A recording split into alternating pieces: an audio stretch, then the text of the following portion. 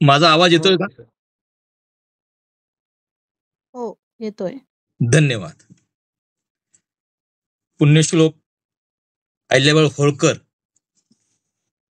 सोलापूर विद्यापीठ सोलापूर मधील भाषा व वाङ्मय संकुलातील मराठी विभाग तील सर्व संशोधक विद्यार्थी, आमचे मित्र डॉक्टर अमोघ सिद्ध चेंडके, डॉक्टर किरण गाडवे, या सर्वांना प्रथम नमस्ते. खरं म्हणजे मी एक साहित्याचा अभ्यासक आहे आणि कुठेही जेव्हा साहित्याचं संशोधन होतं, अभ्यास होतो, तर माझ्या परीने आपण त्यांना काही मदत केली पाहिजे असा माझा एक अट्टहास असतो.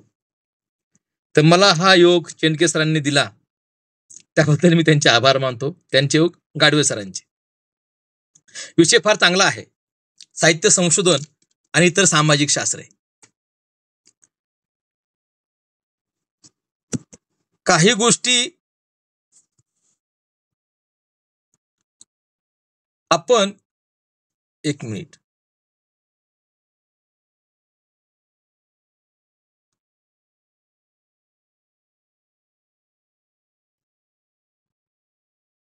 मोठं होत नाहीये.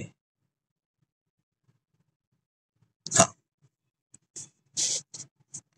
साहित्य संशोधन आणि इतर सामाजिक शास्त्रे या अंगाने विचार करत असताना काही गोष्टी आपल्याला लक्षात ठेवायच्या आहे की आपण साहित्याचे अभ्यासक आहोत, आपण काही सामाजिक शास्त्राचे अभ्यासक नाही. काही लोकांनी तर सामाजिक शास्त्राच्या अनुषंगाने साहित्याचा अभ्यास करण्यासाठी नकार दिलेला आहे. ते साहित्य कला आहे व कला ही कशी असते, अद्वितीय असते. त्या कलेसाठी दुसरी कला नसतेच. मग अशा कलेचं संशोधन होऊ शकत नाही. म्हणून हे लोक साहित्य कला मानून समाजशास्त्रीय अंगाने त्याचा अभ्यास करण्यासाठी विरोध करतात. काही अंशी ती गोष्ट आम्ही मान्य करतो, साहित्य कला आहे, परंतु भारतीय पातळीवर मराठी साहित्य हे वेगळं आहे. हे मराठीच्या अभ्यासकांनी, विशेषतः तुम्ही आता संशोधक आहात, संशोधकांनी ही गोष्ट कायम लक्षात ठेवायची आहे. मराठी साहित्य हे भारतीय पातळीवर हे वेगळं आहे. मराठी साहित्याने मध्ययुगीन काळापासून साहित्याचं माध्यम म्हणून, साधन म्हणून वापर केलेला आहे. संत साहित्यात सुद्धा आपल्याच्या खुणा सापडतात. चोखामेळा असेल, जनाबाई असेल, नामदेव असतील, तुकाराम महाराज असतील, यांनी आपल्या व्यथा वेदना मांडण्यासाठी साहित्याचा वापर केलेला आहे, अभंगाचा वापर केला आहे. धाव धाव विटू आता चालू नको मंद, बडवे मज मारती. हा जो अभंग येतोय चोखाबाचा, हे त्याचं सामाजिक दुःख आहे आणि ते त्यातनं आलेलं आहे. प्रमाण कमी असेल, भरल्या बाजारी जाईन मी, जनाबाई जी म्हणते आहे, डोईचा पदर आला खांद्यावरी, ही रिॲक्शन आहे या व्यवस्थेविरुद्धची, ही प्रतिक्रिया आहे. कारण ती विशिष्ट स्तरातून आलेली आहे जनाबाई, आणि ते आपल्या साहित्यातून आपली प्रतिक्रिया नोंदवते आहे. बरे झाले देवा कुणबी केलो, नाही तो दंभेचे असतो मेलो, तुकाराम महाराज म्हणतायत. ही जाती व्यवस्थेच्या अनुषंगाने दिलेली रिॲक्शन आहे. अशा अनेक असंख्य तुम्हाला मध्ययुगीन काळापासून संदर्भ आपलं सांगता येतील. पुढे इंग्रज आल्यानंतर, आपल्याला एक सामाजिक भान आल्यानंतर, आपलं जे साहित्य आलेलं आहे ते सामाजिक साहित्य आलेलं आहे. यमुना पर्यटन 1857, बाबा पदमनजी यांची पहिली कादंबरी मराठीतली, ती सामाजिक आहे, विधवांचे प्रश्न मांडते. हना आपटे, पण लक्षात कोण घेतो, विधवांचे प्रश्न मांडतायत. म्हणजे आपल्या सुरुवातीला कादंबऱ्या तर ऐतिहासिक आल्या किंवा सामाजिक आलेल्या आहेत. रंजनवाद साहित्य आपलं फार कमी आलेलं आहे. आपण तर कलावादी म्हणतो, आहे ना, तोही प्रवाह दिसतो आपल्याला. तो फार क्षीण आहे. पहिली आपली कादंबरी सामाजिक आहे. आपलं पहिलं नाटक फुल्यांचं तृतीय रत्न हे मराठीतलं पहिलं नाटक आहे. ते सामाजिक आहे. समाजाचे प्रश्न घेऊन येते.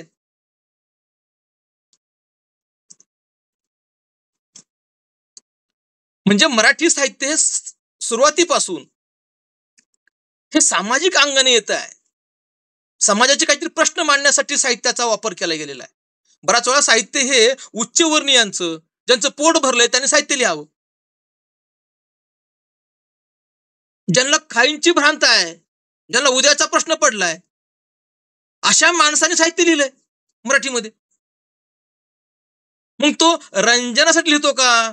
नाही. तो शोध घेतोय स्वतःचा, आपल्या समस्यांचा.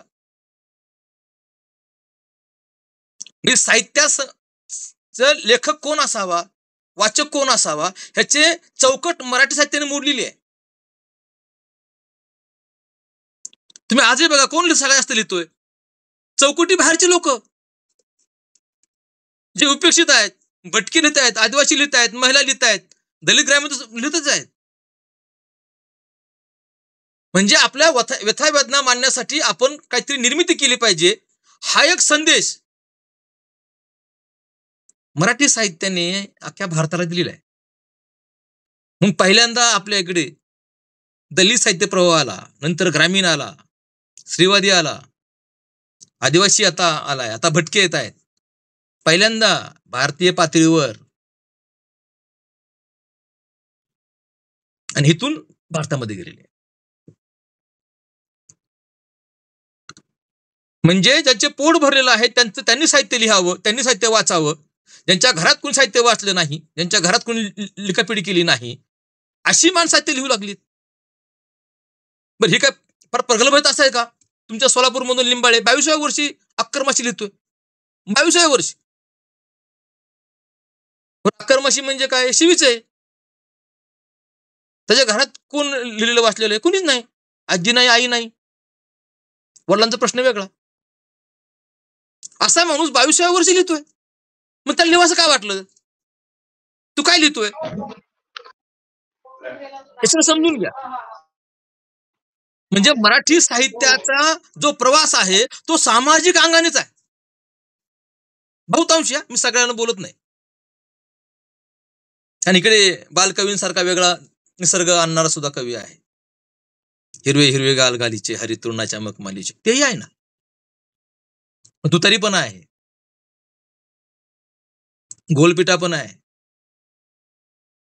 हे पुन्हा समजून घ्या. म्हणजे एकीकडे निसर्गावर कविता लिहिणारा आमचा बालकवी आहे, दुसरीकडे वेशांच्या जीवनावर लिहिणारा नामदेव ढसाळ आहे. शेतीमध्ये निसर्ग मांडणारे आमचे कवी आहेत. परंतु बहुतांशी मुख्य प्रवाह हा सामाजिक अंगाने साहित्य लिहिणारा असा वर्ग आहे. त्याच्यामुळे या साहित्याचा सामाजिक दृष्टीने अभ्यास झालाच पाहिजे.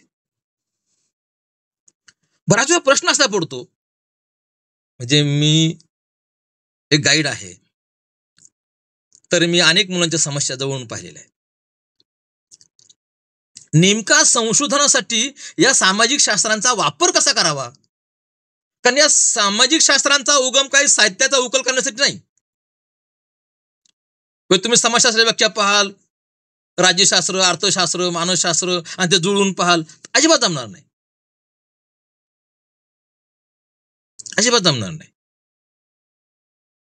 पण हे सामाजिक शास्त्र व्यक्तीला, समाजाला केंद्रवरती कल्पून आपली मांडणी करतायत, आपले सिद्धांत मांडतायत. आणि साहित्यामध्ये काय आहे? समाजच आहे ना. म्हणजे आता मला आठवलं, कार्ल मार्क्स त्यांनी मांडणी केलेली आहे की आर्थिक पायावर सगळा सांस्कृतिक, सामाजिक इतिहास इमारत उभी असते. पाया नियमला तुम्हाला माहिती आहे.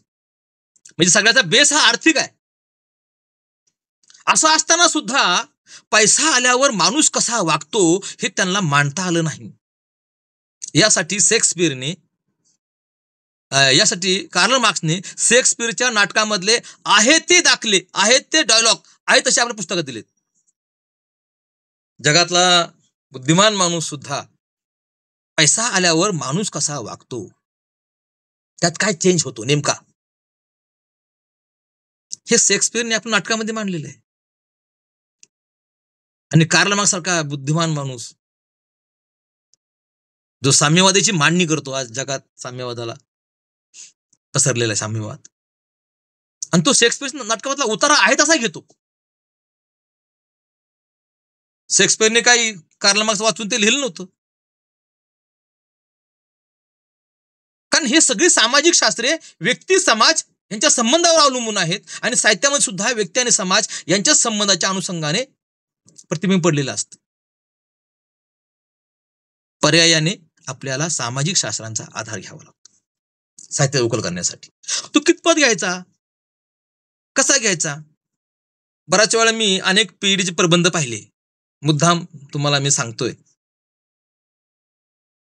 म्हणजे त्याला संशोधन म्हणायचं का समीक्षा म्हणायची का संकलन म्हणायचं, या संबंधी मी गोंधळात आहे असं म्हणा. कारण डायरेक्ट कोणाला आरोप करणं मला आवडत नाही. तेच प्रकरण वाङ्मयीन मूल्यमापन, पात्र, भाषा, आशय, विषय त्यामुळे मांडणी करतात. नेमकं संशोधन आहे म्हणजे करायचं म्हणजे काय? संशोधन करायचं म्हणजे तुम्ही काहीतरी प्रॉब्लेम घेऊन गेलेला आहे, हे असं आहे का, फळ खाली पडतं का, संशोधन. अनेक मुलांना पीएचडीच्या शेवटच्या व्हायवाला सुद्धा म्हणलं की तुमचा कोणता प्रॉब्लेम आहे आणि तुम्ही काय सोडला, त्यांना सांगता येत नाही. तुझा प्रॉब्लेम कोणता होता नेमका, मग तुला काय शोधायचंय, तुला काय सिद्ध करायचंय, आणि तू काय सिद्ध केलं आणि कसं सिद्ध केलं. तर तुमच्यात असं कोणी असेल तर आता सुधारा. तुम्ही प्रश्न विचारा की माझा जो विषय आहे तो विषय मध्ये कोणता प्रश्न आहे, मला काय सिद्ध करायचं, काय सिद्ध करायचं हे आता तुमच्या लक्षात आलं, मग तुम्हाला कसं सिद्ध करायचं या अंगाने जावं लागेल, मग तुम्हाला कधी सापडेल. साहित्य ही फार व्यापक संकल्पना आहे. कथा, कविता, कादंबरी ही फार व्यापक आहे. नाटक असेल, वाटतं छोटं पण फार मोठं, त्यात अनेक गोष्टी दडलेल्या असतात, त्याच्या मागे असतात, ते तुम्हाला शोधायचंय. बऱ्याच वेळा मी पाहतो ना की एखाद्या कादंबरीचा लावलेला अर्थ संशोधकाने, कवितेचा लावलेला अर्थ संशोधकाने, मी संशोधक मुद्दाम बोलतोय, शंकाच येते, तो लेखक त्याला समजलाय का, ती कविता त्याला समजली का, आणि त्यात पण तो सामाजिक शास्त्राच्या अंगाने पाहणे म्हणजे काय, पाहणे तर ते दिसलं पाहिजे, तर ते शोधता आलं पाहिजे.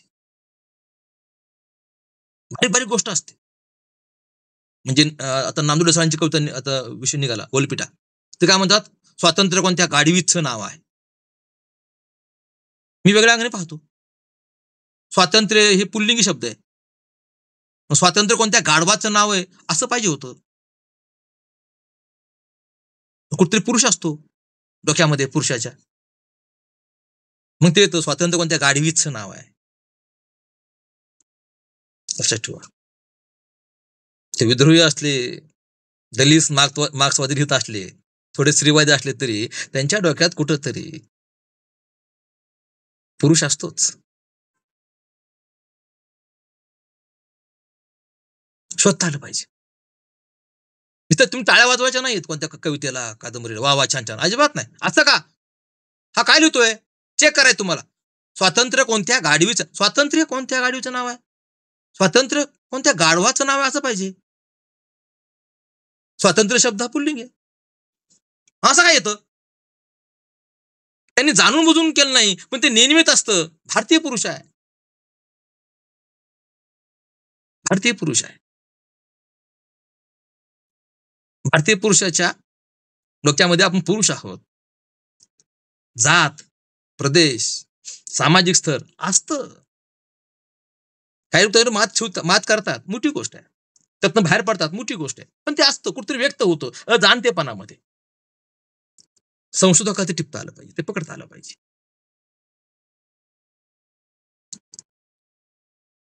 म्हणून सामाजिक शास्त्रांचा वापर करत असताना तुम्ही मानसशास्त्राच्या अंगाने विचार करता. मग काय करता? हा विषय त्याने काय घेतला? कादंबरीचा विषय हा का घेतला? हा का घेतला नाही? तो विषय कालसंगत आहे का त्या लेखकाच्या चरित्राच्या अंगाने येतोय? शोधलं पाहिजे. आता विधवेंच्या अंगाने कादंबरी येणार नाही. पहिली कादंबरी विधवांच्या अंगाने आहे, यमुना पर्यटन. नंतर पण लक्षात कोण घेतो, म्हणजे पहिल्या सगळ्या कादंबरी विधवांच्या अंगाने, आता काय येत नाही. आणि ते लिहिल्या कोणी? पुरुषांनी. का? मानसशास्त्र शोधा. कारण त्या काळी इंग्रजांच्या दरबारी जे लोक राहत होते, वागत होते, नोकरी करत होते, त्यांनी पाहिलं की इंग्रज किती पुढारलेले आहेत, ते आपल्या पत्नीशी कसे वागतायत, त्यांच्या घरात काही समता आहे. त्याला पहिल्यांदा दिसलं ते आपल्या घरात आपण अनेक विधवा आहेत. प्रत्येक घराघरात विधवा. लहानपण लग्न व्हायचं, शिल्लक गोष्टी लोक मारायचे की विधवा. ह्याच्या आकडेवारी तुम्ही पहा. भारतीय स्त्री जीवन वगैरे गीता सानेचं पुस्तक पहा. लाखोत आकडेवारी आहे त्या काळच्या विधवांची. इंग्रजांनी सगळी नोंद ठेवलेली आहे. मग त्या काळचा जो जागृत झालेला पुरुष आहे, त्याने त्या स्त्रियांची दुःख मांडली. आता सगळ्या स्त्रिया लिहित आहेत. किती लोकांनी लिहिले विधवांच्या अंगाने? कारण तो प्रश्न नाही आता विधवांचा. सती, जाणे, विधवा हा प्रश्न तर राहिलाच नाही. तो येणार नाही. तो येत नाही. मग कोणते प्रश्न येतात? ते काळाच्या अंगाने येतात का? कसे येतात? मानसशास्त्र समजून घेतलं पाहिजे. मानसशास्त्राच्या अंगाने तुम्ही डायरेक्ट हा विषय कसा येतो?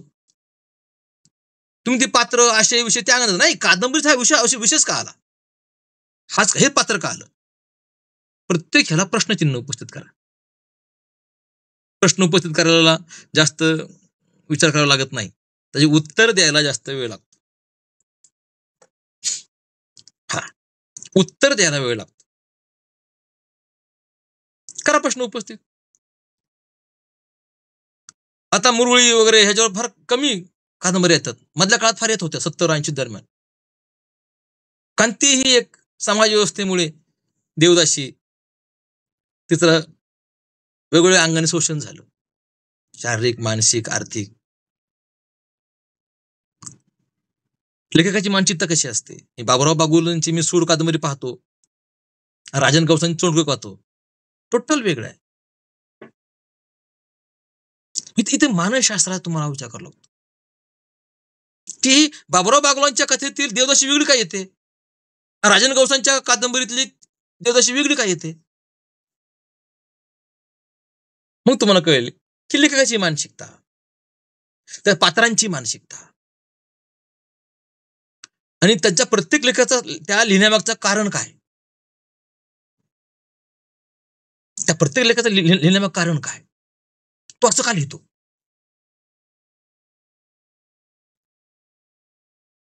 तुम्ही जर बाबुराव बागुल पाहिला असेल, सूड कथा कादंबरी नक्की पहा, नक्की वाचा तुम्ही. त्यात जान्हवी नावाची काय आहे नायिका आहे.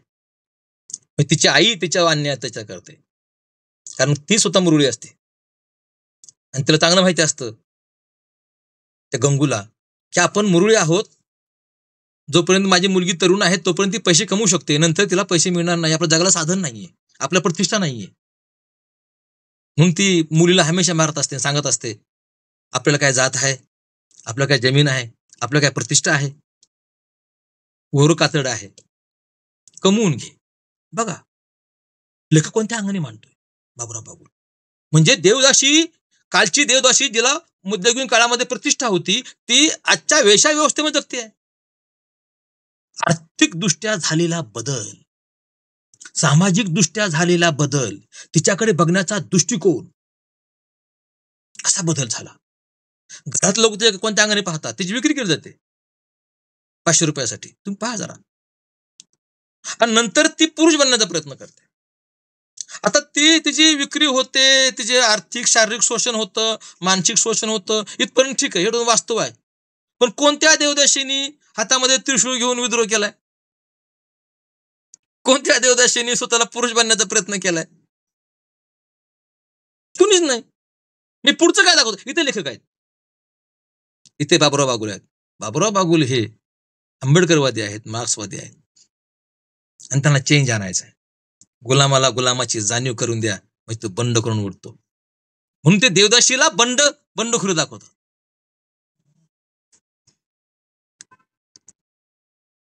लेखक कुठं, वास्तव कुठं येतं आणि वास्तवाची पुढची पायरी म्हणजे लेखक कुठे येतो पकडता आला पाहिजे.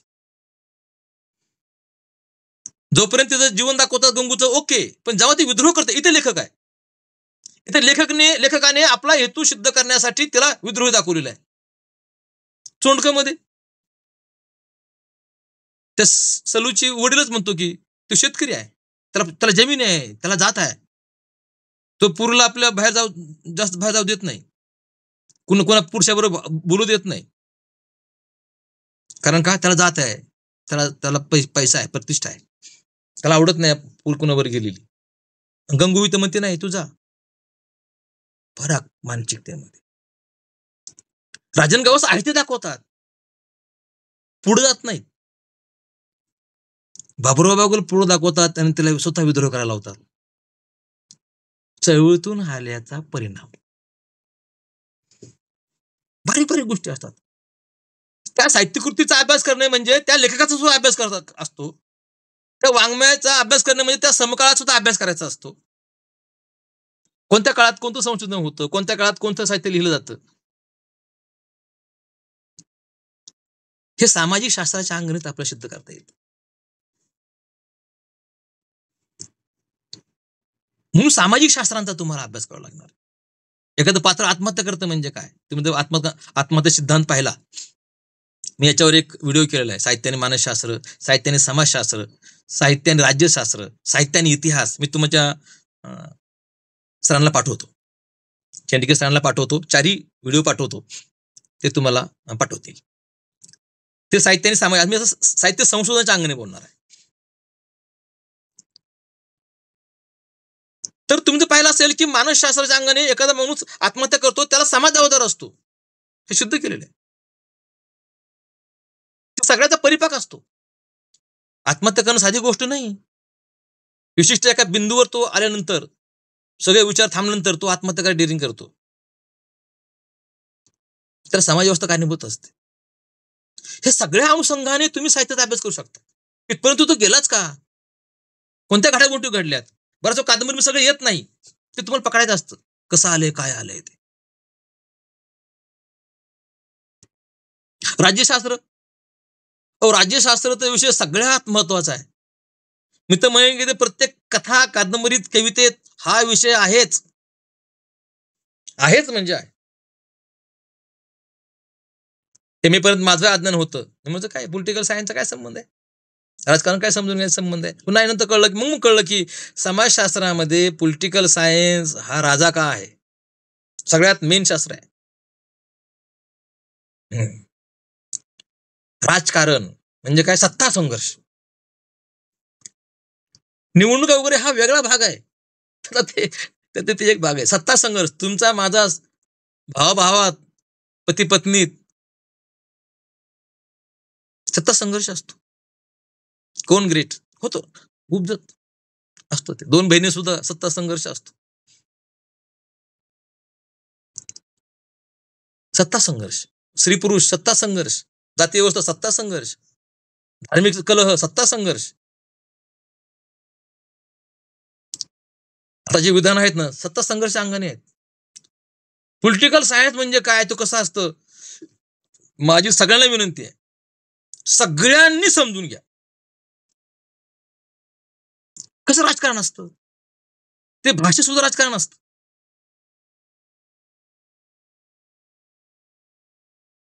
कपड्यावरून राजकारण असतं. सत्ता संघर्ष. भारतामध्ये तर राजकारण कुठं नाही. तुमचं घर कुठं बांधायचं इथनं सुरुवात होती. सत्ता संघर्ष. खरं म्हणजे साहित्य राज्यशास्त्र जो विषय आहे, तो तुम्ही नक्की चांगलं समजून घ्या. तुम्हाला जर चांगलं संशोधन करायचं असेल, उकल करायची असेल, की असं काय होतं? 2 मित्र असले तरी ते सत्ता संघर्ष असतोच. मग तुम्हाला कळेल की राज्यशास्त्र किती महत्वाची गोष्ट आहे. म्हणजे राज्यशास्त्रामध्ये माझा समाज कसा असावा, माझं राज्य कसं असावं, माझा देश कसा असावा, या संबंधी मते आपण विचार करतो. आणि प्रत्येकाचा राजकीय हेतू असला पाहिजे. राजकीय दृष्टिकोन असलाच पाहिजे. ज्या व्यक्तीचा राजकीय दृष्टिकोन विकसित झाला नाही, त्या व्यक्तीच्या बुद्धिमत्तेवर मला शंका आहे. तुमचं एक मत असलंच पाहिजे. ते पक्षीय म्हणत नाही. तो त्याचा भाग वेगळा आला तो. तो निवडणुकीचा एका प्रक्रियेचा भाग आला. तुमच्या काय धारणा असल्या पाहिजेत, की समाज व्यवस्था अशी असली पाहिजे. ते चांगली वाईट नंतर बघू.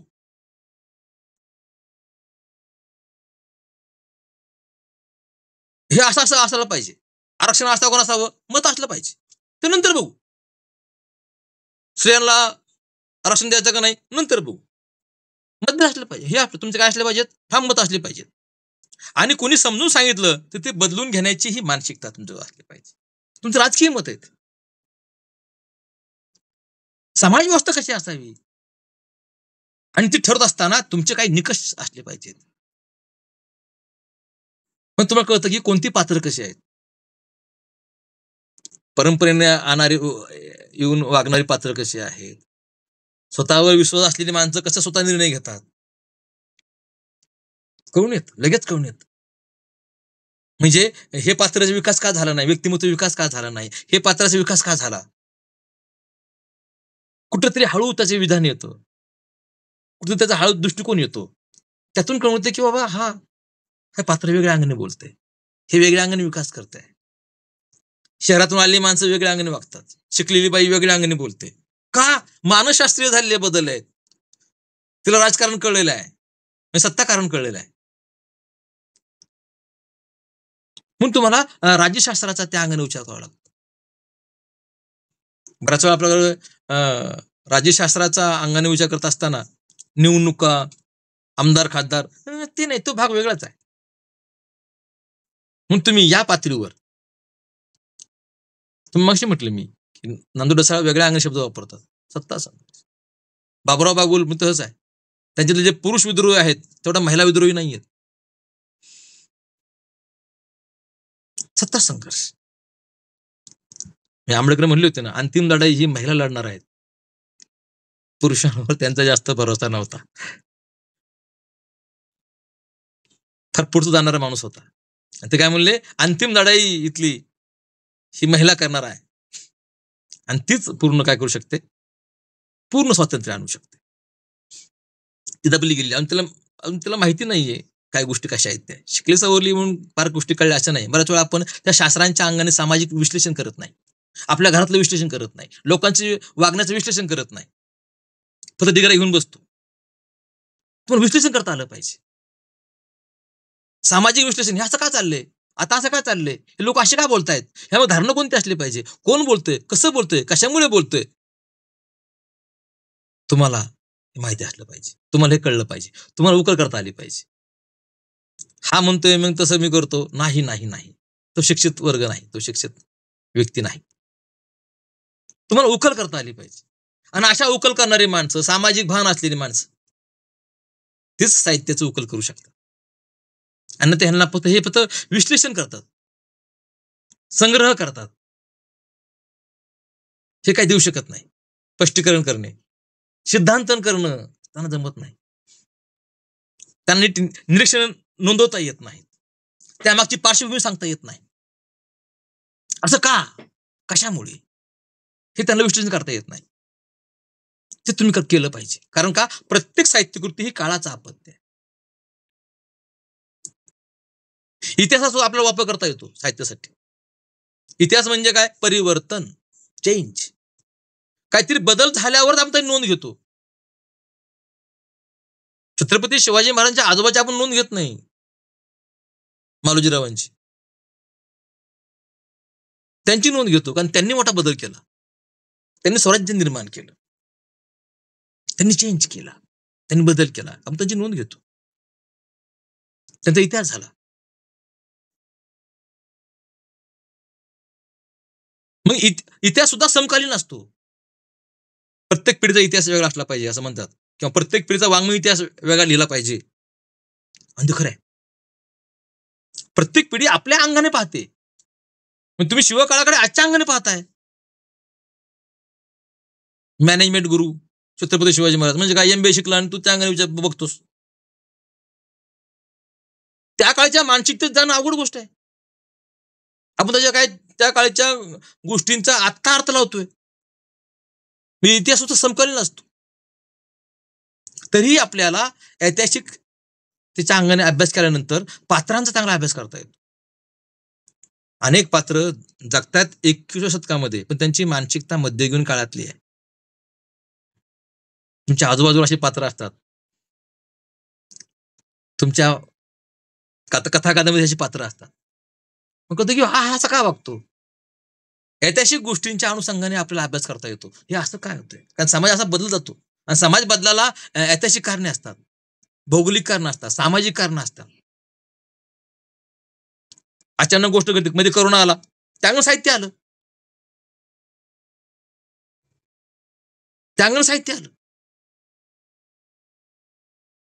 म्हणजे शिल्लक एखादी गोष्ट घडली जी सामाजिक अंगाने आहे, लगेच त्यावर साहित्य येतं.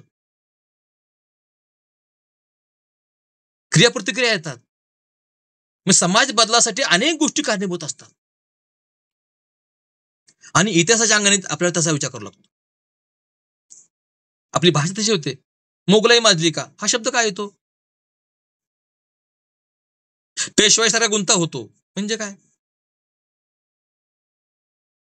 ही पात्र राहत नाहीत. मस्तानी बाजीराव आपण सहज म्हणून जातो, मोठा बाजीराव लागून गेला, सहज बोलतो आपण. म्हणजे इतिहास आपल्या बरोबर जगत असतो आपण. त्याचे काही संदर्भ आपल्या बोलण्यात, आमच्या वागण्यात असतात. याचा तुम्हाला शोध घेता आला पाहिजे. म्हणून ऐतिहासिक पुरुषांच्या पुढेच आपण नतमस्तक होतो. नतमस्तक होणे म्हणजे त्यांच्या कर्तृत्वाचा, त्यांच्या विचारांचा आपल्या जीवनावर प्रभाव आहे हे मान्य करत असतो, किंवा त्या अनुषंगाने वागण्याचा प्रयत्न करत असतो. हे तुम्ही शोधलं पाहिजे. प्रस्त्रीचा सन्मान करणे हे मराठी माणसाचं लक्षण आहे. कुठनं येतं, छत्रपती शिवाजी महाराज. समजून बारीक बारीक गोष्टी असतात. आपल्याला कसं येते हे सगळं, कोणत्या अंगाने येतं. महात्मा गांधी म्हणायचे ना की महाराष्ट्र हा कार्यकर्त्यांचा मोहोळ आहे. मी महात्मा गांधींचा स्वीकार सर्वात जास्त मराठी माणसाने केला आणि सर्वात जास्त विरोध मराठी माणसानेच केला. त्यांच्या अंतिम क्षणी सुद्धा मराठी माणूसच कारणीभूत आहे. अंतिम क्षणाला, कारण मराठी माणूस तत्वनिष्ठ आहे. महात्मा गांधी ग्रेट मॅन, समजून घेता आलं पाहिजे.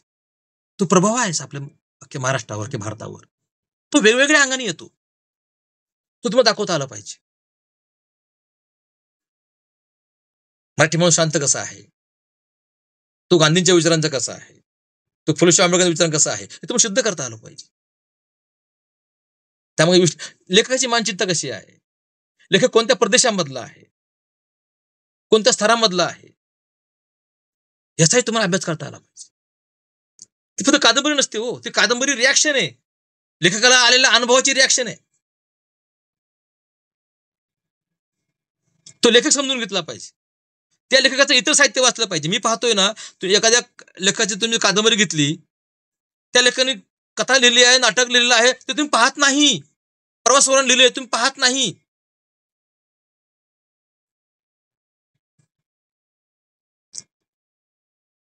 फक्त कादंबरी तुम्ही पाहता आणि तुमच्या अंगाने तुम्ही आकलन करता. ही चांगली गोष्ट नाही, संशोधनाची पद्धत नाही. तो लेखक कुठनं आला, काय आला, त्याच्यावर कोणी काय लिहिले, त्याची समीक्षा काय आहे, शोधलं पाहिजे. आता आम्ही न शोधता माझ्या पुढे जे उपस्थित साधनं आहेत, आम्ही त्या अंगाने संशोधन करतो. सध्याच्या संशोधनावर मी फार नाराज आहे. फक्त इच्छा आहे म्हणून PhD करायची. माझी तुमच्या ह्या निमित्ताने तुम्हाला बोलत नाही, या निमित्ताने मी सगळ्यांना विनंती करेल, बाबांनो असं असेल ना तर करू नका. फार चांगले विषय त्या संशोधक विद्यार्थिनीने अक्षरशः ते विषय बर्बाद केले. हो. फक्त मला पेटी लावायची आहे. खरं मला ते साहित्य समजून घ्यायचं आहे. तो शोध मला लावायचा आहे. हे असं का? हे मला सिद्ध करायचं आहे. अशी तळमळ असलेली फार कमी माणसं आहेत. मग तुम्हाला कष्टाचं काय होत नाही, त्रास होत नाही. 18 तास अभ्यास करणारी माणसं होतो आम्ही विद्यापीठात. 4 ओळी लिहिण्यासाठी 4 महिने घातले अभ्यास करायला. तेव्हा कुठे एखादी गोष्ट सापडते. लगेच पाहिजे ही काय चांगली गोष्ट नाही. म्हणून तुम्ही सामाजिक शास्त्रांचा अभ्यास करत असताना मानसशास्त्र, राज्यशास्त्र, समाजशास्त्र, अर्थशास्त्र, तुम्ही त्यांच्या जे सिद्धांतन केलंय ते पाहिलं पाहिजे की माणसं कशी वागतात, माणसं कशी घडतात आणि ते साहित्य रूपात येताना कसं येतं. ते आयतच येत नाही. ते एक स्टोरी बनून येतं. त्याला सुरुवात मध्य अंत येतो. तो स्टोरी तुम्हाला काढता आली पाहिजे. नुसतं वास्तववादी लेखक आहे. मी आता हल्ली पाहतो वास्तववादी लेखक आहे, विद्रोह लेखक आहे. काय काय विद्रोह आहे? वास्तव म्हणजे आहे म्हणजे काय? बेदरक लिहिलं म्हणजे वास्तव झालं का? त्याची भाषा आली म्हणजे वास्तवात झालं का? प्रत्येक गोष्टीत तुम्ही चिकित्सा करा, तर तुम्ही काय देऊ शकाल. म्हणून सामाजिक शास्त्रांचा अभ्यास करणं म्हणजे त्यांचे सिद्धांत जे आहे ते साहित्याच्या अनुषंगाने लावणं. आणि तंतोतंत लावता येत नाही. मी पुन्हा पुन्हा बोलतोय. तुम्हाला ते काही अंश घ्यावं लागेल. मराठी साहित्य हे अधिक सामाजिक आहे. आदिवासींच्या वथ्या वेदना मांडायच्या असतील तर त्यांचे तेच प्रश्न येणार. मग ते तसे काय आहे, असं काय येतंय? मी काही आदिवासींच्या कविता पाहिल्या, त्या घारेवर आहेत, गरुडावर आहेत. काय म्हणले कसं काय? का त्यांचं जीवन ते होतं जंगलामध्ये. त्यांना उंच उडणारा तो पक्षी कुतूहलाचा विषय होता. पक्ष्यांचं खाद्य पण आहे. दलित समाज जातीच्या अंगाने मांडणार. मला प्रश्न पडतो की ही प्रेम कविता लिहितात का नाही? दलित कवी प्रेम कवी लिहितो का नाही? लिहितात ना, पण ते छापत नाही. त्यांना ते महत्वाचं वाटत नाही. म्हणजे लाल चिखल नावाचं हे आहे प्रवास वर्णन, लक्ष्मण गायकवाड. ते चीनमध्ये गेले. तर चीनमध्ये गेल्यानंतर काय झालं, ते बाथरूम मध्ये गेले, टॉयलेट मध्ये गेले, तर एकदम सुंदर वास. तर पत्रकार ठरले की ते बाथरूम मध्ये गेलो, ह्या हॉटेलमध्ये सुंदर वास. विमानात बसलो, बाथरूम मध्ये गेलो, सुंदर वास. अरे सारखा वासासंबंधी काय लिहितोय? आणि त्यांच्यातनं अक्षरशः ते साबण चोरून आणले. कसं काय घडलं? ते भटके होते आणि त्यांना सारखं या गावाहून त्या गावाला, आणि त्यांचं ठिकाण हा हागंदारी गावाच्या बाहेर जिथं वास येतो. चांगला वास कधी आयुष्यात त्यांना घेता आला नाही. तेव्हा जेव्हा त्यांच्या आयुष्यामध्ये असे चांगले वास आले, टॉयलेटमध्ये, बाथरूममध्ये, त्यावेळी त्यांनी त्या साहित्यामध्ये तेच लिहिलं. म्हणजे कोणत्याही लेखकांनी फॉरेन संबंधी गेल्यानंतर तिथं मी हे पाहिलं, मी इमारत पाहिली, अमुक पाहिलं, तमुक पाहिलं, इतक्या वाजता गेलो, इतक्या वाजता बाहेर आलो, हे अन्न खाल्लं, हेच लिहिले. ह्यांनी हे लिहिले. कशाचा प्रभाव पडतो? तुम्ही आला कुठून? त्याला काय वेगळं वाटतं? त्याला कशाचं आश्चर्य वाटतं? आमचे एक मित्र होते इंदापूरचे, नाव सांगत नाही. ते दुबईला गेले आंतरराष्ट्रीय सेमिनारसाठी, पहिल्यांदा आयुष्यात भारताच्या बाहेर. आणि त्यांनी तिथल्या टॉयलेटचे फोटो काढून मला दाखवला आणले. मी सुरुवातीला जरा नाराज झालो. म्हणले काय आता मित्र आहे, कुठले फोटो काढतोय हा? आणि तो मला टॉयलेट फोटो दाखवत होता. किती सुंदर, किती स्वच्छ. कारण का त्याने भारतामध्ये कधीही सार्वजनिक ठिकाणी अशी सुवासिक, सुंदर, टापटीप, जराही घाण नसलेली टॉयलेट, बाथरूम पाहिलेच नव्हते. आणि त्याला आश्चर्य वाटलं, तिथल्या इमारती चांगल्या आहेत, कुठेही घाण नाही.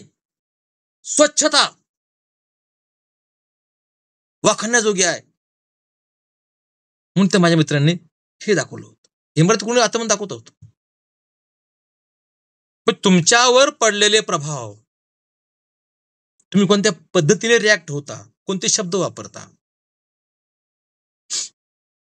समजून घ्या. ज्याला फक्त आशय मांडायचा आहे तो शब्दांचा विचार करत नाही. तुकाराम महाराज शिव्या येतात, नामदेव ढसाळ शिव्या येतात. कारण का? त्यांना रचने त्यांना जास्त ते शब्द चेक करत बसत नाही. आशय महत्वाचा आहे, तो तसा आला पाहिजे. पण आशयाला महत्व आहे, त्यांच्या लिखी आशयाला महत्व आहे. असं आहे ना, मग मी नाही करणार, आहे ते व्यक्त होणार. म्हणून आपल्याकडे अनेक लेखकांवर त्यांच्या भाषेसंबंधी केसेस झालेले आहेत. मर्डेकर, ढसाळांना त्रास झाला, मारलेला आहे, पण थांबलेले आहेत लोक. हे असं का घडतं? कशामुळे घडतं? म्हणजे तुम्ही जर पहिले ग्रामीण लेखक किंवा दलित लेखक जर पाहिलं असेल आत्मकथन, तर काय म्हणतात की हे साहित्य आम्ही वाचायला लागलो आणि ह्यात पाहिलं की आमची भाषा नाही, आमची माणसं नाही, त्यात एक मध्यमवर्गीय पांढऱ्या समाजच आहे. मग मी आमच्या समाजावर लिहिलं पाहिजे, आमची भाषा आली पाहिजे, म्हणून मी लिहायला सुरुवात केली. म्हणजे वाचनाचा सुद्धा लेखकावर काय परिणाम होतो, विशेषतः मराठी साहित्य संदर्भात. म्हणजे या साहित्यामध्ये माझा उल्लेखच नाही कुठं. शहरापेक्षा ग्रामीण भागात जास्त माणसं आहेत, आमचा उल्लेख नाही, आमची भाषा नाही, आमच्या व्यथावेदना नाहीत, ही पांढरपेशी सगळं. मग ते लिहायला लागले, आपल्या भाषेत लिहायला. म्हणजे निर्मितीचे कारण काय, हेतू काय, कुठं टिक बसली आपल्या भाषेत सांगायचं म्हणजे. हा काय लिहितोय, त्याला खायला काय नाहीये, ह्याला काय प्रतिष्ठा मिळवायची नाहीये, तरी त्याला वाटायचं घेतलं पाहिजे. मी कसा जगलो, मला कसं जगवलं. म्हणजे मला बाबूराव त्या दया पवारांचं फार प्रस्तावना आवडते. ते म्हणतात की माझ्या वाट्याला जे जीवन आलं ते कोणाच्याही वाट्याला येऊ नये म्हणून मी हे आत्मकथन लिहितोय. अरे क्या बात. शांताबाई कांबळे तसेच लिहित आहेत, माझ्या जन्मचित्र कथा. हे काय येतंय, मी का लिहितोय, हे वास्तव मांडलं पाहिजे. म्हणून सामाजिक शास्त्रांचा अभ्यास केला पाहिजे, तर तुम्ही मराठी साहित्य उलगडू शकता, अन्यथा नाही. वरकरणी पत्र म्हणाल, पहिली विद्रोही कवी कवित्री जनाबाई भरल्या बाजारी जाईन मी, का अशी म्हणते तीच. मुक्ताबाई का म्हणत नाही, तीच का म्हणते. सोयराबाईचा का म्हणते, चोखा का म्हणतोय असा. उस डोंगा पर रसन नव्हे डोंगा. समजून घ्या, समजून घ्या. मग तुम्हाला उलगडता येईल की असं का आशय येतोय, कोणती मानसिकता ह्यामध्ये आहे, तो काय मांडू पाहतोय. तुम्हाला त्या साहित्यकृतीला, कवितेला प्रश्न विचारता आले पाहिजे. आणि जो प्रश्न विचारतो, जो सामाजिक शास्त्राच्या अंगाने अभ्यास करून विश्लेषण करतो. तुम्ही तुमच्या मनात आलेले रिॲक्शन लिहू नका, जरा आवर घाला, सामाजिक शास्त्राच्या अनुषंगाने उकल करा. असं का, मग हा विषय सामाजिक शास्त्राचा घ्या, मग समाजशास्त्र घ्या. हा विषय राज्यशास्त्राचा घ्या, राज्याच्या अंगाने घ्या.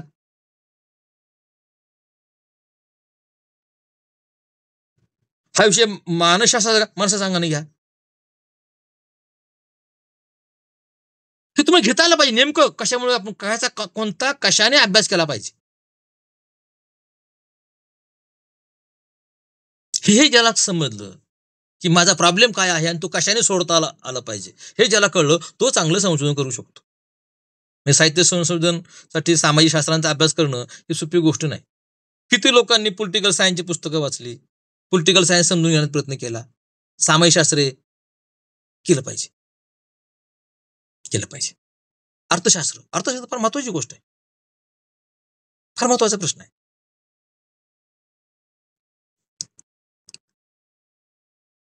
म्हणजे ती जान्हवीला तिची आई जी म्हणते ना की आपल्याला जात नाही, पैसा नाही, म्हणजे काय? पैसा महत्वाचा आहे. तुझे पाऊल चुकलं तरी चालेल, पण पैसा कमव. अर्थकारण नाही. आजच्या परिप्रेक्ष्यामध्ये त्यांची काय अवस्था आहे देवदासींची? एका वाक्यातून स्पष्ट होतं.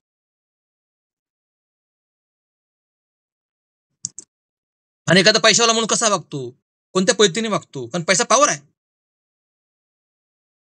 ह्या सगळ्या गोष्टींचा तुम्हाला विचार करत असताना साहित्याची उकल करता आली पाहिजे. साहित्य हे असं का? समकाळाच्या अंगाने, त्या लेखकाच्या अंगाने, सामाजिक शास्त्रांच्या अंगाने तुम्हाला उघड करता आली पाहिजे. त्यातले समान धागे, कनेक्शन्स तुम्हाला शोधता आली पाहिजे. काही कनेक्शन समकाळातून येतात. तुम्हाला आजचं साहित्य वेगळं आहे. आज अभंगाची निर्मिती का होत नाही? मध्ययुगीन काळात 700 संत होऊन गेली. त्यातले 4-5 संत सोडले, कुणाला लिहिता येत नव्हतं. सगळ्यांचे अभंग दुसऱ्या माणसाने लिहिले, ज्याला लिहिता वाचता येत. बघा इतिहास. आता सगळं लिहिता वाचता येते, मग अभंग का लिहित नाहीत? कारण शोधा. कारण तर आता साहित्याचा आविष्कार हा आता अभंग राहिला नाही, कविता आता वैचारिक राहिलं. डॉक्टर सदानंद मोरे हे तुकाराम दर्शन पुस्तक लिहितात, अभंग लिहित बसत नाहीत. त्या काळाची ती अभिव्यक्तीचं साधन होतं. आजच्या काळाचं अभिव्यक्ती साधन वेगळं आहे. तुम्ही काळाच्या परिप्रेक्ष्यात पाहिलं पाहिजे. ते काळात ते घडते आहे, तो काळ समजून घेतला पाहिजे. कारण ती साहित्यकृती अनेक काळातल्या घडामोडींचा, मागच्या काळातल्या घडामोडींची रिॲक्शन आहे. मी पुन्हा पुन्हा सांगतो तुम्हाला. मग सगळा काळ समजून घेता आला पाहिजे तुम्हाला. सामाजिक, धार्मिक आंदोलने, प्रत्येक प्रदेशातले साहित्य वेगळं आहे. प्रत्येक प्रदेशात साहित्य वेगळं आहे. राजकारण वेगळं आहे. राजकीय प्रतिसाद वेगळे आहेत. हो. ह्याचं विश्लेषण तुम्हाला करता आलं पाहिजे. आणि तुम्ही हे विश्लेषण करू शकला तर तुम्ही साहित्याला न्याय देऊ शकाल, तर तुम्ही संशोधन करू शकाल, तर तुम्ही तुमच्या प्रश्नाला व्यवस्थित उत्तर देऊ शकाल, समाधानकारक. नंतर पारंपरांगाने तेच प्रकरण, तेच विश्लेषण म्हणजे कंटाळवाणे होतं. आणि संशोधनाची एक भाषा असते, ती भाषा तुम्ही आत्मसात केली पाहिजे. एका वाक्यातून एकच अर्थ निघाला पाहिजे. प्रश्नाचे त्या वाक्यातून, त्या विधानातून त्या प्रश्न उपस्थित होता कामा नये. प्रश्नांची तुम्हाला उत्तर हळूहळू देता आली पाहिजे. प्रस्तावना कशी लिहायची, आतले पॉइंट कशी लिहायचे, शेवटचा निष्कर्ष कसा लिहायचा, हे पुन्हा एकदा समजून घ्या. त्याला म्हणतात मांडणी. संशोधन हे मांडणी पण आहे. विश्लेषण आहेच, पण त्या अंगाने मांडणी आहे. एखादी गोष्ट लगेच सरळ सांगता येत नाही, ती मांडणी करत सांगता आली पाहिजे. या अंगाने ते आहे. माझे तुमचे जे या संबंधी आणि डिटेल पुस्तकांसहित, त्यातल्या सिद्धांतांसहित माझे काही 4 इतर जे व्हिडिओ आहेत, 1-1 तासाचे आहेत, मी तुम्हाला नक्कीच पाठवेल. तुम्ही ते पहा. अजून काही शंका असतील, माझे फोन नंबर, मला कधीही फोन करा, मी तुमच्याबरोबर आहे. माझ्या मते 48 मिनिटं झालेली आहेत. प्राध्यापकाने 45 मिनिटं बोलावं या मताचा मी पण आहे. त्यामुळे मी थांबतो. कोणा शंका असतील तर विचारा, मी उत्तर देईल. प्रश्न घेऊयात सर. हो सर. हो घ्या.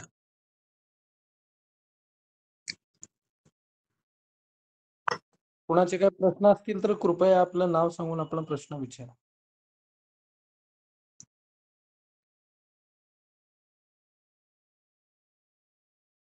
माधुरी मरकड बोला आपण.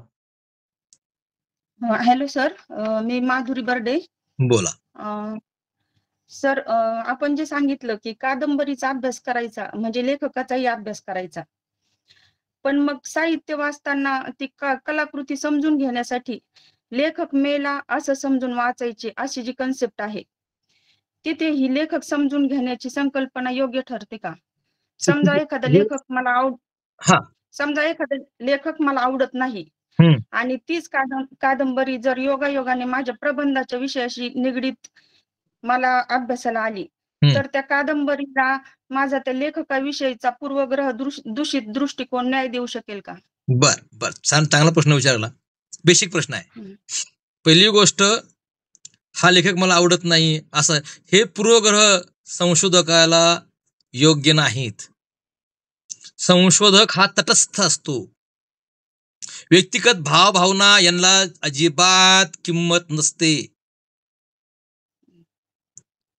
आधी संशोधक व्हावं लागेल.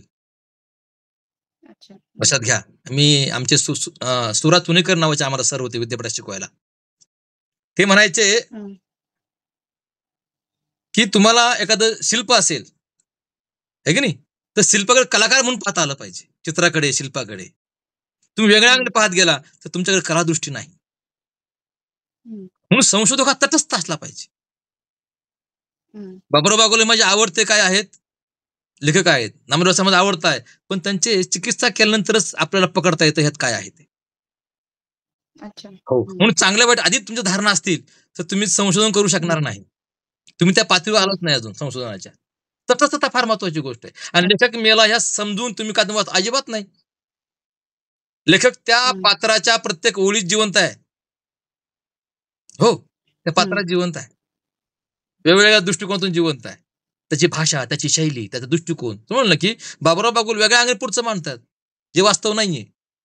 ते बाबुराव बागुल आहे, त्यांचा दृष्टिकोन आहे. अच्छा. म्हणून लेखक आवडतो न आवडतो असा आणि मला आवडत नाही तीच कादंबरी आली. अरे, तुम्ही संशोधन करू शकणार नाही. तुम्ही पहिले संशोधक व्हा. तटस्थपणे पाहता आलं पाहिजे. मग तुमच्यापुढे ज्ञानेश्वरी आली तर तुम्ही पाया पडता कामा नये. आणि जो पाया पडेल तो संशोधकच नाही, त्यांनी करूच नाही. म्हणून संशोधनामध्ये तुकाराम, ज्ञानेश्वर असं म्हणतात, संत लावत नाहीत. संत लावला खोडलाच. पुणे विद्यापीठामध्ये प्रबंध परत टाईप करायला लावला होता आणि त्याने प्रत्येक ठिकाणी संत लिहिलं होतं. मी पुढे सांगत नाही. अरे, संत नंतर पदवी येते, व्यक्ती म्हणून पहा. आणि जर तुम्हाला व्यक्ती म्हणून पाहता येत नसेल त्या व्यक्तीकडे तर तुमच्याकडे संशोधक दृष्टिकोन नाही, संशोधक मानसिकता नाही. याचं धोतं काय, असं होता कामा नये. अच्छा. म्हणजे लेखक समजून घ्यायचा. मग जर लेखक हाईट ठेवला आपण म्हणजे तर मग मला असं वाटतं की लेखक जर हाईट ठेवला तर त्या कादंबरीला किंवा त्या कलाकृतीला आपण तटस्थपणे वाचू शकतो. किंवा मग म्हणजे कुठल्याही समजा लेफ्टिस्ट राईटिस्ट अशा कुठल्याही अँगलकडे न झुकता त्याचा आपण म्हणजे डिसेक्शन करू शकतो. असं नाही होत का? लेखक डोक्यात ठेवून वाचा असं म्हणत नाही तुम्हाला मी. त्यात लेखक दडलेला असतो. अच्छा. आता मी काय म्हणलं मी लाल चिखल लेखक किती दिसतो, त्यांचं लहानपण तसं गेलंय लक्ष्मण गायकवाडांचं, म्हणून त्याला ते सुंदर सुवासिक वास आवडला. नामदेव सगळं गोलपटो का लिहितो, तो त्यात जगलाय. तो जगलाय. इतर लेखक का लिहिलं नाही? गोलपेट म्हणजे वेश्यावस्ती. वेश्यावस्ती नाव घ्यायला आपलं कसं तरी वाटतं. वेश्यावस्ती लिहित आहेत. कारण का दबली गेलेली माणसं त्यांना पुढे आणायची होती. हे दबली गेलेली माणसं, कारण का त्यांचा दोष काय, कोणतरी विकलेलं आहे, खायला काही नाहीये, म्हणून हा सगळा उपेक्षित, आर्थिक, सामाजिक, जातीच्या अंगाने उपेक्षित झालेल्या महिला ह्या समाजात शिकार आहेत. मग कणव घेणारी माणसं त्याच्यावर लिहित बसतात. तर म्हणलं की त्यांनी प्रेम कविता का लिहिली नाही? प्रेम विवाह केलाय, प्रेम कविता का लिहिली नाही? मग का छापली नाही?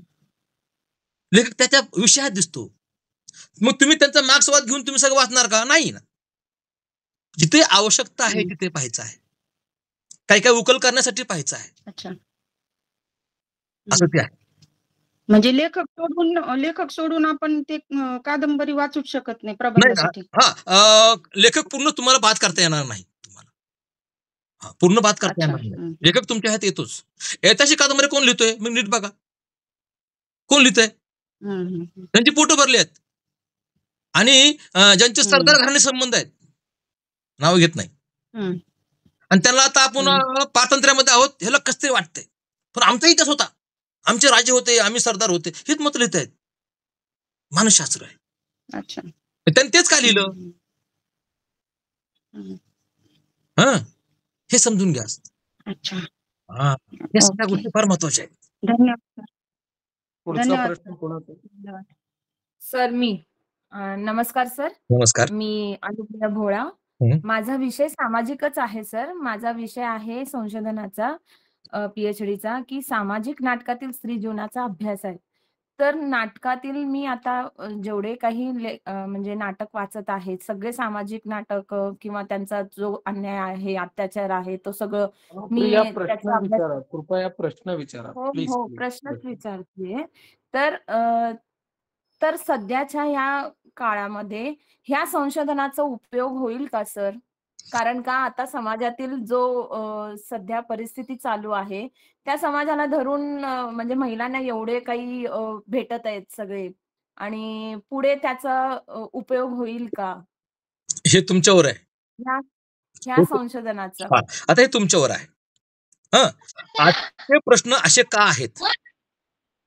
आजचे प्रश्न असे का आहेत याची उत्तर तुम्हाला त्यात शोधता आली पाहिजेत. किंवा आजच्या परिस्थितीमागे, आजची जी परिस्थिती आहे त्याच्या मागे हेही कारण आहेत हे तुम्हाला शोधता आलं पाहिजे. आणि ते तुम्ही म्हणजे मला ह्या महिलांना जो अत्याचार झालेला आहे तो तर मला नोंदवायचाच आहे. पण सध्याच्या महिलांना अत्याचार म्हणजे तो विषयच नाही माहिती. मग सध्याच्या ह्याच्यातनं आपण काय शोधायला पाहिजे? मग तुम्ही म्हणजे आता सामाजिक स्त्रियांवर अत्याचार अन्याय झाले म्हणून त्यांना स्वातंत्र्य दिलं, त्यांच्या बघण्याचा दृष्टिकोन बदलला, आहे की नाही? हो. आत्ताची महिला ती समजून घेत नाहीये, हां. आहे की नाही? म्हणजे हो.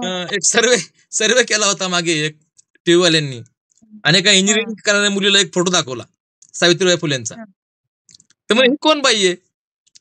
अरे बाप! ते तुला सांगता नाही आलं.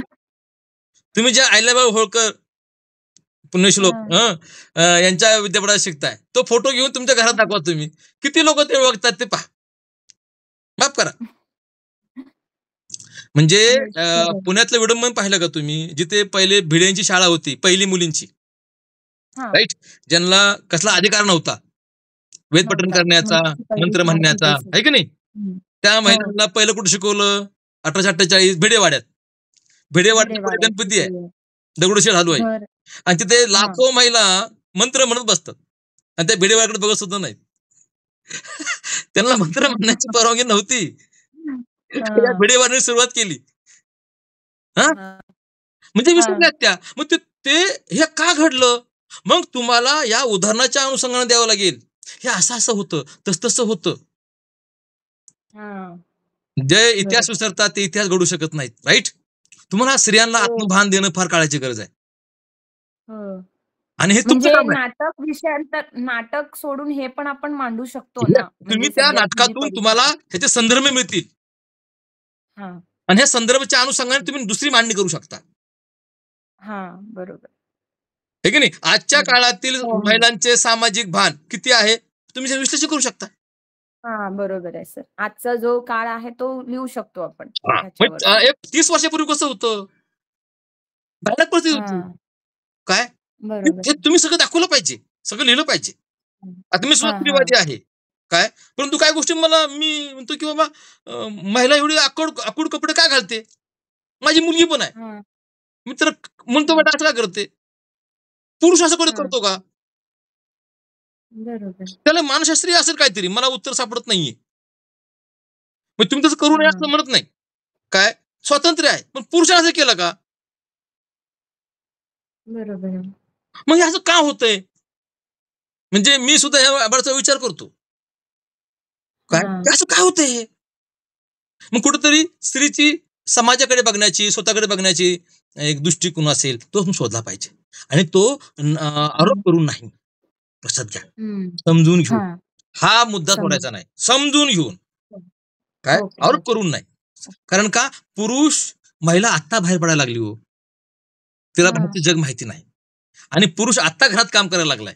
लोक म्हणतात ना की पुरुष जेव्हा घरात काम करतो सगळं असं काय करतो, जास्त कचरा करतो. गोष्टी आहेत आपल्याला सगळ्यांना शिकायचंय. पुरुषांना घरात कसं वागावं हे शिकवायचंय आणि महिलेलाही बाहेर कसं वागावं हे शिकवायचंय. मग संदर्भ देत काय आरोप करत नाही. आरोप करत तुमचं लोक ऐकणार नाही. काय मला मुली विचारतात, सर कुठं कसलं दबाव आहे मुलींवर? माझा भाऊ चांगला आहे, माझी वडील चांगले आहेत, कसला स्त्रीवाद तुम्ही सांगता आम्हाला, कसला म्हणजे अन्याय वगैरे असं काहीच नाही म्हणे. घरात लाडकी मीच तेच आहे. म्हणाले ना. म्हणजे उलट झालेलं आहे आता सध्या. हा हा त्यांचं वर्चस्व वाढलेलं आहे. एक तर हे या म्हणजे जे काही संशोधन झालेलं आहे त्याच्यामुळं का पुढे येणारं म्हणजे नाही काळ कसं असणार नाही, काळ ह्याच्यासाठी बदलला नाहीये, काळ विचारतात. बदलला नाहीये. माझं पुढचं पूर्ण ऐका तुम्ही. बोलू का? हां. तर मी हां त्याला सर. उत्तर देतो. अरे बेटा, तू समजू नको की तुला प्रतिष्ठा मिळाली म्हणून. नाही नाही, स्त्री जे वस्तू वापरते त्याला समाजात आजही प्रतिष्ठा नाही. तुम्ही मोठ्या हिऱ्यांचे हार घाला, तो पुरुष घालणार नाही. सोन्याची साडी घाला, ती साडी पुरुष घालणार नाही. आणि नुसतं घड्याळ हो, वेळ बघायचं. हा, घड्याळ काय बघायचंय, वेळ बघायचा आहे. तरी म्हणतो आम्ही लहान घड्याळ असेल तर स्त्रियांचं, मोठं असेल तर पुरुषाचं. मी चुकून जर माझ्या बायकोचं घड्याळ घेऊन गेलो तर सगळे विद्यार्थी, सगळे सर लोक माझ्याकडे शंकेने बघतील. काय सर, ठीक आहे ना? म्हणजे महिलांना प्रतिष्ठा नाही म्हणजे तुमच्या कोणत्याच गोष्टीला, वस्तूला प्रतिष्ठा नाही. मी लॉन्ड्रीमध्ये कपडे धुईल, पण बाहेर नदीवर माझ्या बायको साडी घेऊन धुणार नाही. मी म्हणजे बोलताना पुल्लिंगी अंगाने बोलतोय. मी आले, मी गेले बोलत नाही. काय भाषामध्ये संवादाचं माध्यम आहे ना. पण मुलगी जर पुरुषाची भाषा बोलायला लागली, अरे काय बोललाय, बुलेट मारते, आरची आहे, काय डॅशिंग आहे, अरे पॅन्ट शर्ट घालते, डॅशिंग आहे. आजही पुरुषांच्याच कामाला, पुरुषांच्याच कपड्याला, पुरुषांच्याच भाषेला, पुरुषांच्याच गोष्टींना किंमत आहे. मुलीला राजा म्हणता येईल, माझा राजा आहे, पण पोरगाला ही माझी राणी आहे असं कोणताही बाप म्हणणार नाही प्रेमात सुद्धा. त्यामुळे वर करणी आहे, हे वर करणी आहे. बाप किती लाड करू द्या, परंतु जेव्हा एखादी प्रश्न येतो तेव्हा तो वेगळ्या अंगाने अटॅक होतो, रिॲक्ट होतो. म्हणजे तुमची सामाजिक प्रतिष्ठा प्राप्त होणे म्हणजे काय, की तुमचं अनेक गोष्टी स्वीकारता आल्या पाहिजेत. तुमच्या कामाला प्रतिष्ठा दिली पाहिजे, तुमच्या भाषेला प्रतिष्ठा दिली पाहिजे. अनेक महिला बॉस असलेल्या लोकांना आवडत नाही. बाई तर आहे, दृष्टिकोन आहे. पैसा आलाय म्हणून लाडाच्या दृष्टिकोनाने तुम्हाला गाडी, कपडे दिले जातील. ते स्वातंत्र्य समजू नका. तुम्हाला सामाजिक प्रतिष्ठा मिळाली असं समजू नका. अजून पुरुषालाच प्रतिष्ठा आहे. कारण का तुम्हाला की तुम्ही पुरुषाचा घड्याळ घालून जा चांगलं म्हणणार, पण कोणता पुरुष अजून बायाचं घड्याळ घेऊन गेला नाही. हे सगळं फसू आहे. लहान गाड्या मुलींचं, मोठा गाड्या पुरुषांचं, भिंतीवर कोणाचं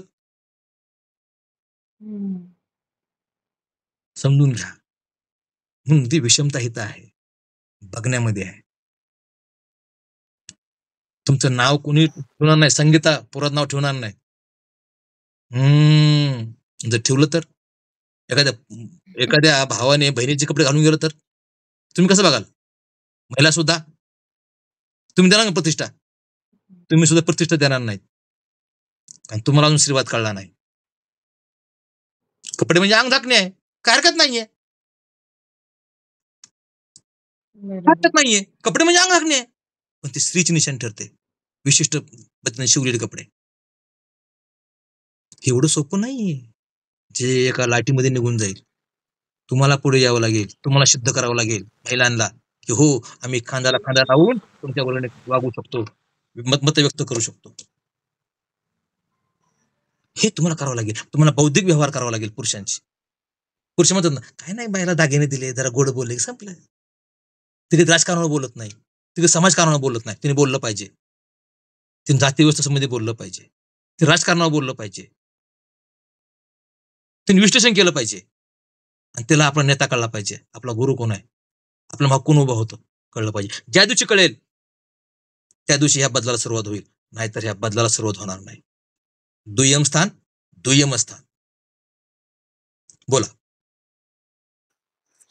हॅलो, बोला. हा नमस्कार सर, कदम मॅडम बोलते, अकोले कॉलेज. बोला मॅडम. हा, खूप छान मांडणी केली तुम्ही. वेगवेगळ्या अंगांनी कसं विचार करावा, प्रश्न कसे पडले पाहिजेत, त्याची खरी उत्तरं कशी शोधली पाहिजेत, एक संशोधनाला दिशा देणारं अगदी महत्वाचं तुमचं व्याख्यान होतं आणि तेच सांगण्यासाठी मी थोडस बोलले. तुमचे मनापासून खूप खूप धन्यवाद. धन्यवाद. धन्यवाद. वाघमारे सर आहेत का? माझे व्हिडिओ पहा, मी पाठवतो सरांजवळ. डॉक्टर वाघमारे सर आपण बोला. हा सर, आता एका मॅडमनी प्रश्न उपस्थित केला होता की साहित्य समजून घेताना किंवा साहित्याचे संशोधन करत असताना लेखक महत्वाचे आहेत का, लेखकाचं म्हणजे बायोग्राफी चरित्रात्मक अभ्यास महत्वाचा आहे का. तर मला एक गोष्ट सांगायचं की म्हणजे तुम्ही कुठल्या अंगाने त्या साहित्याचे संशोधन करता त्या पद्धतीनं ते सगळे ज्या पद्धती आहेत ते उपयोगाचे असतील. आता रीडर रिस्पॉन्स थेरी, वाचक प्रतिसाद पद्धत एक आहे, किंवा समाजशास्त्रीय पद्धत आहे, मानसशास्त्रीय पद्धत आहे, किंवा आपल्याला माहित आहे की फ्रेंचचे जे एक फिलॉसॉफर होते, ज्यांनी साहित्य सिद्धांत लिहिलेला आहे, इमेज म्युझिक टेक्स्ट लिहिले, किंवा म्हणजे डेथ ऑफ द ऑथर नावाचा ग्रंथ त्यांनी लिहिले. त्यांनी सांगतात की म्हणजे लेखकाचं काय अभ्यास, एकदा लेखक त्याची साहित्य कृती हा, म्हणजे पब्लिश केले की समाजाची प्रकाशन होते. केले की म्हणजे त्याचा समाजाची होते. समाजाची होते. पण जेव्हा आपण सरांनी सांगितल्यासारखं, आता राजाभाऊ सरांनी सांगितल्यासारखं की जेव्हा नामदेव ढसाळांचा आपण अभ्यास करतो किंवा त्यांच्या आशययुक्त पद्धतीनं अभ्यास करतो, त्यावेळेस त्यांचं जे चरित्रात्मक अभ्यास करणं, त्यांचा सामाजिक दृष्टिकोन किंवा म्हणजे सायकोलॉजिकल जे कंडिशन आहे ह्याचा अभ्यास करणं खूप महत्वाचं आहे. मग शेवटी संशोधन कुठल्या पद्धतीचं आहे त्याच पद्धतीनं आपल्याला येस. हे सगळे ज्या पद्धती आहेत, कुठले चरित्रात्मक पद्धती असेल, मानसशास्त्रीय पद्धती असेल, समाजशास्त्रीय पद्धत असेल, वाचक प्रतिसाद पद्धत असेल, ह्या सर्व गोष्टी ज्या आहेत ना त्या संशोधनावर अवलंबून आहेत. एवढंच म्हणायचं आहे. वा वा, छान. थँक्यू. तर मी सुरुवातीला स्पष्ट केलं होतं, जे एकदम कलावादी काल्पनिक कथा कादंबरी आहे, हा, आता एखादा विज्ञान कादंबरी असेल तिथं लेखक जास्त महत्वाचं पडणार नाही. पण मी तुम्हाला काय सांगितलं की मराठीमध्ये बहुतांशी साहित्य हे सामाजिक आहे, आणि अशा साहित्याचा अभ्यास करत असताना आपल्याला या शास्त्रांचा अभ्यास करावा लागतो, आणि तर काही अंशी मग लेखाचा विचार करावा लागतो. म्हणजे तुमच्या तुकारामांचे अभंग वेगळे ठरतात, ज्ञानदेवांचे अभंग वेगळे ठरतात, आणि चोखाबाचे अभंग वेगळे ठरतात. ते पुन्हा त्याच्या सामाजिक स्तरावरून ठरतात. सेम तीच गोष्ट आहे. म्हणून लेखक काही अंशी आपल्याला अभ्यास करावाच लागतो. एकदम कलात्मक कादंबरी असेल, रंजनवादी, तर मग नाशिक फडक्यांची कादंबरी आहे, काही नाशिक फडक्यांची पाहण्याची गरज नाही. अशा कादंबरी आहेत ना, अशा कादंबरी आहेत ना, फार कादंबरी आहेत. पण जर तुम्ही सामाजिक अंगाने पाहत असाल आणि त्याच्या कादंबरी असतील, साहित्य असेल काय, तर तुम्हाला आता घाशीराम कोतवाल, तुम्हाला ऐतिहासिक अंगाने पाहावं लागतं, पॉलिटिकल अंगाने पाहावं लागतं, आणि विजय तेंडुलकरच्या अंगाने पाहावं लागतं की आजच्या राजकारणावर त्यांना भाष्य करायचं, कारण ते पत्रकार आहेत. कमला नाटक काय येतं, कारण ते पत्रकार आहेत. एक पत्रकार जाऊन त्या मुलीला विकत घेऊन येतो, म्हणजे तिथं ते आलेच ना. म्हणून सगळ्यांनाच लागू होत नाही, मला मान्य आहे. ते कादंबरी लिहिली म्हणजे समाजाची होते, ती कलावादी असेल तर, गुलबा कावली कादंबरी आहे, कोणी लेखक आम्हाला घेऊन देणं नाही, कारण का ती रंजनवादी आहे. पण जेव्हा सामाजिक प्रश्न घेऊन एखादी कलाकृती येते, सामाजिक वास्तव मांडते, तेव्हा मात्र काही अंशी काही प्रमाणात उकल करण्यासाठी त्या लेखकाचा आपल्याला आधार घ्यावा लागतो. त्या लेखकाचा लेखकावर असलेला प्रभाव, त्या दृष्टिकोन, त्याची मांडणी आपल्याला ते विचारात घ्यावी लागते, तर आपण त्याचा उलगडा करू शकतो, अन्यथा नाही. म्हणतो ना की बाबुराव बागुल हे देवदासीच्या पुढचा टप्पा मांडतात, राजन गवस नाही मांडू शकत, कारण बाबुराव बागुलांचा दृष्टिकोन वेगळा आहे. दोन्ही लेखक उत्तुंग आहेत, यात वादच नाही. तणकट कादंबरी घ्या त्यांची, ते वेगळ्या अंगाने मांडतायत.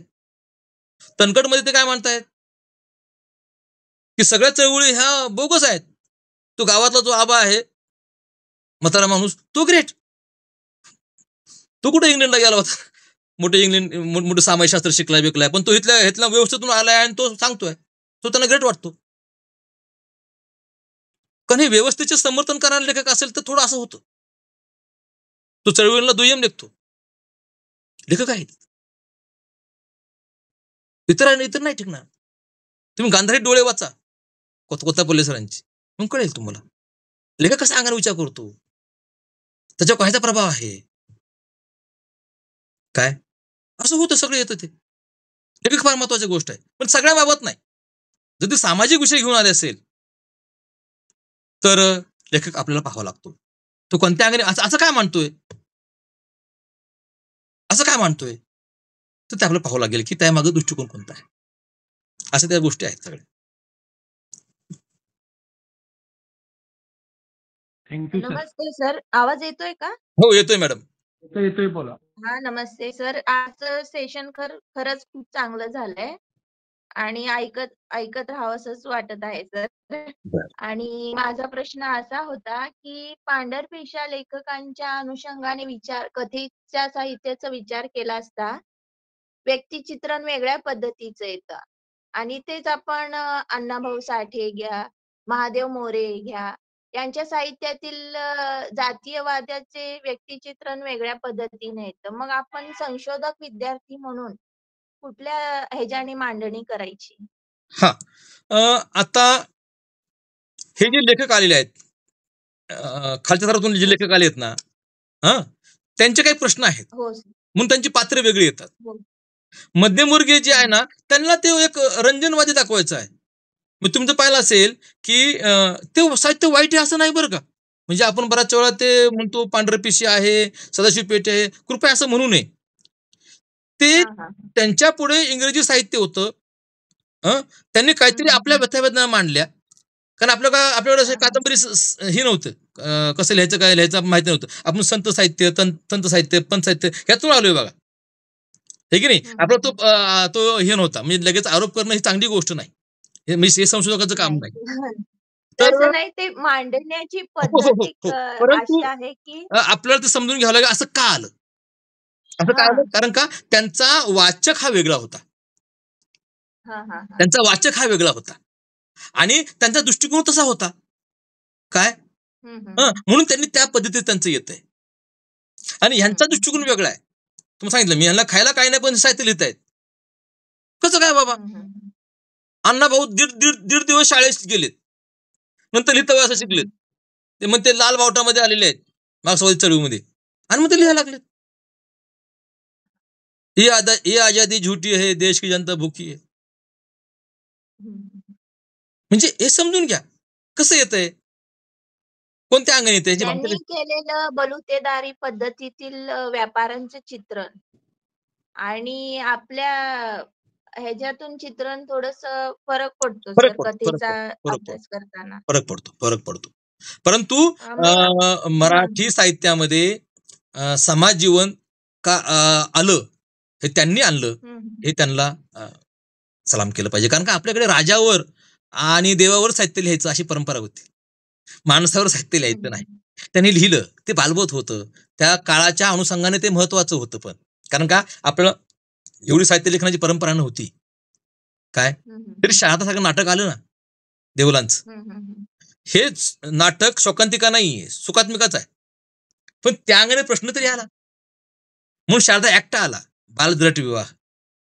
म्हणजे साहित्याचा किती प्रभाव पडतो समाजावर, ह्या गोष्टी फार महत्वाच्या आहेत. म्हणून एकच एक तत्व सगळ्यांना लागू होत नाही. कलावादी तत्व, कलावादी साहित्य असेल तर त्याला लागू होईल.